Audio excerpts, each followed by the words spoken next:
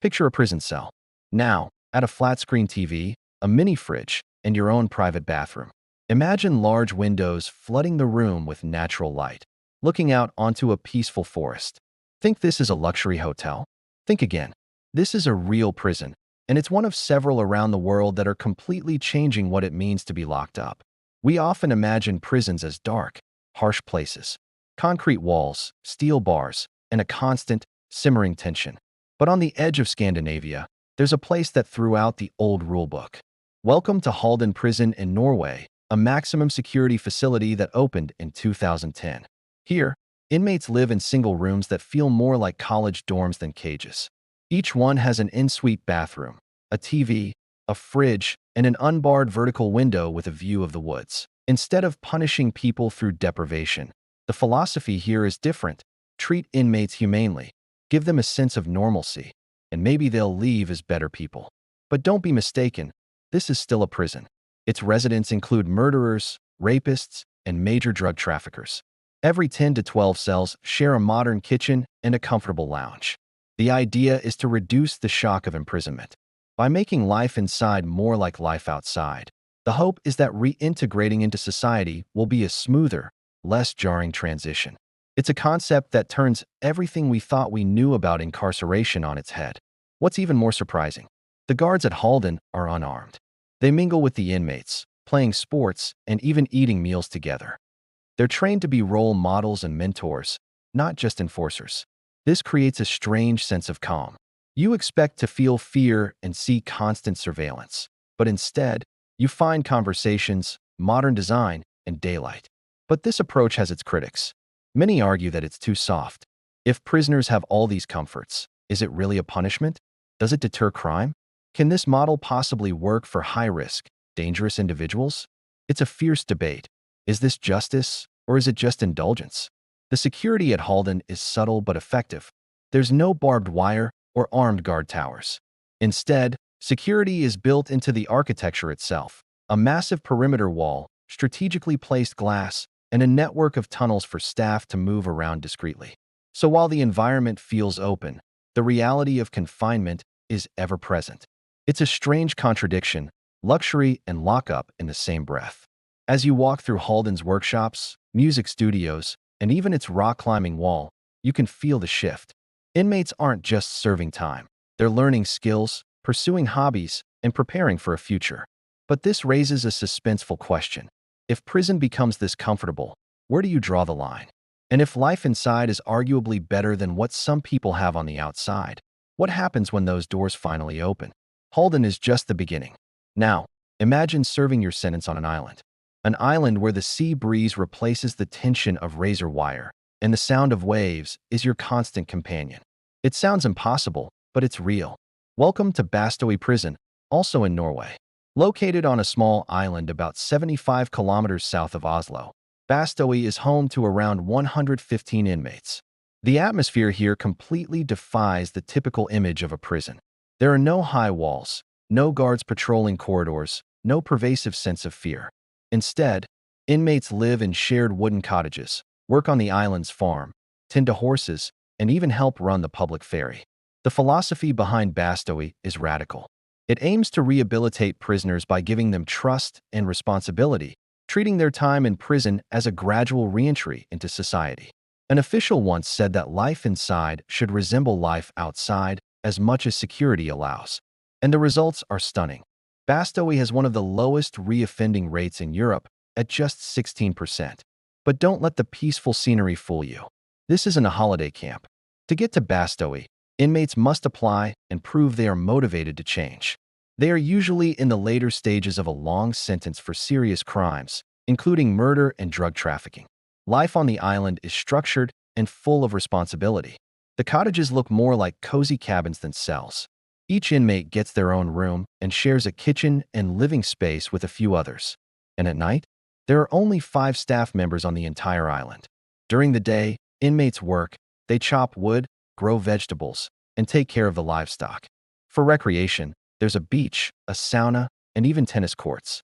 The freedom of movement and the trust they are given are all part of a grand social experiment. Imagine being convicted of a serious crime, serving years in a traditional high-security prison, and then being transferred here.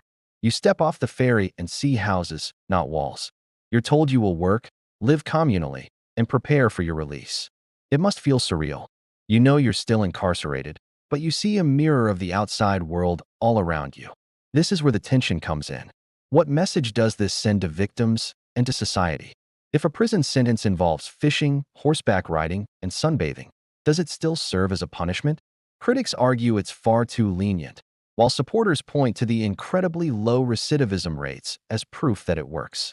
The guards are unarmed, and their interactions with inmates are built on mutual respect. It's a world away from the solitary cells and rigid control of most prisons. But it's important to remember that Bastøy is still a prison. Escapes have happened. In one famous case, an inmate used a surfboard he found and a plastic shovel to paddle to the mainland. The freedom comes with rules, and the staff knows that this experiment only works if inmates don't mistake softness for weakness. Walking through Bastøy feels like stepping into a peaceful countryside retreat, but with the constant knowledge that a prison sentence hangs in the air. The transition back to society is meant to be softer, but in a way, it's also sharper, because you carry the weight of that knowledge and responsibility with you. From the Nordic islands, our journey now takes us to Central Europe, to a prison in Austria designed to look more like a modern corporate office than a place of confinement. Stay with us as we explore the Justice Centre Leoben. You won't believe what you're about to see. Before we continue, if you haven't yet, please subscribe, hit the notification bell, like this video, share it with a friend, and comment below your thoughts on prisons that feel more like something else entirely. Now let's go deeper. Our journey moves now to Austria, where a prison challenges everything you imagine when you think of lockdown, steel bars, and rigid punishment. Enter the Justice Centre Leoben in the Styrian city of Leoben, a facility where architecture, light, freedom of movement, and human dignity aren't afterthoughts. They're built in. Imagine walking into a building with glass walls, wooden furniture, private balconies, natural light flooding in. Imagine a cell that resembles a student dorm rather than a cage. This is Leoben. One article sums it up as, "You'd stay here voluntarily." Leoben was built with questions at its core. How close can prison life come to normal life without taking any security risk? How can we reduce the feeling of being locked up? These were design questions, not after-the-fact fixes. Inside, each inmate has a single cell, a private bathroom, access to a balcony in some cases. Shared communal spaces open out to landscaped courtyards. The prison is integrated with court facilities. The courthouse is under the same roof. Visible walls still exist, but they aren't the dominating story. Now pause. A prison like this raises immediate tension. Because if the punishment environment becomes too comfortable, does it still feel like punishment? Does society still see justice done? Does deterrence vanish? These are the questions hovering over Leoben. Yet the backstory is rooted in real outcomes and policy, not fantasy. The architecture was chosen via competition. The designers asked, what is the minimum damage incarceration should inflict? They asked, how can we make the time inside preparing for the time outside, not completely breaking someone? Inmates at Leoben still live under custody. They still serve their sentences, but they live in spaces that feel human, not inhumane. They are expected to take responsibility, to engage in work, rehabilitation, education. The system expects them to build something of themselves, even while inside. And yet the drama remains. Because other inmates, other prisons, the public, they expect harshness. The chains, the bars, the deprivation. Here is something very different. The question, will the public feel justice has been done? Will victims feel their loss is mirrored by consequence? Will the system that allows this environment face backlash? Walking through the hallways of Leoben, you might think you've entered a modern university residence. But overhead are cameras. Guards are on shift. Movement is monitored. The freedom is not unlimited. In fact, the paradox is the heart of the tension. Freedom within constraint, dignity within punishment, design within detention. From cells, where each occupant has more light, more space, more privacy, to rooftop gardens and outdoor sports courts near the perimeter. This prison blurs the line between inside and outside. It suggests that incarceration should prepare people to rejoin society, not merely punish them. Here's a twist. This type of prison is not for every inmate. High-security violent offenders often aren't housed here. The profile of inmates who can live in Leoben is different, lower risk, further along their sentences, cooperative in the rehabilitation process. So yes, the luxury tag applies, but with conditions attached. And here comes the cliffhanger. If we accept that a prison can look like a respectable home, if it can operate nearly like regular life, then what happens when the door opens and the person steps outside entirely? The question becomes, will they slip back into crime or glide out into society? And can we measure success not by suffering, but by change? In the next one, we'll cross continents, beyond Europe, to a prison where the forest replaces bars, the breeze replaces tension, and the inmates work farms and live in cottages on an island. You'll see how contrast is raised again, and how the theory of prison is rewritten once more. Stay tuned. Our journey now leads us to the island of Falster in Denmark, to a facility named Storstrøm Prison. At first glance, you might think you're seeing a modern university campus, not a maximum security prison. This is the kind of twist that makes you pause. Because what you expect from a prison is concrete, bars, bleakness, and what you find here is something radically different. Storstrøm Prison opened in 2017, built to house about 250 inmates, including a maximum security wing alongside standard security wings. Designed to look and feel humane, the facility features private cells, large windows, and views of green landscape. It forms what looks like a small urban neighborhood, buildings that speak of openness rather than threat. One architectural brief was clear: create one of the world's most humane high-security prisons. That phrase alone sends chill. Humane high-security prison. It suggests two ideas opposed in tone, locked together. Inside Storstrøm, inmates have private or semi-private cells. The layout is not the endless corridor of identical steel boxes. Instead, the buildings are arranged around streets and squares, communal spaces where movement, conversation, daylight matter. Windows face out to nature. The architecture emphasizes light, openness, and dignity, even while the perimeter fence still defines the limit. Walking the corridors of Storstrøm must feel surreal. The comfort of modern design counterpoint by the knowledge you cannot leave at will. But the tension lies in the nature of the change. A prison built like this asks a question. If you live in a facility that resembles life outside, where do you draw the line between punishment and privilege? If you can look out of large windows, enjoy light and design, what remains of the fear, the deprivation, the break from society that prison is supposed to bring? And the answer is, though the setting is humane, the consequences remain.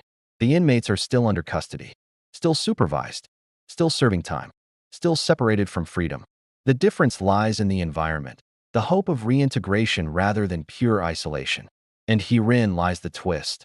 One of the most secure wings exists, but the design choice was made to treat even the highest-risk inmates with a sense of dignity, to reduce psychological violence, to prepare for life after.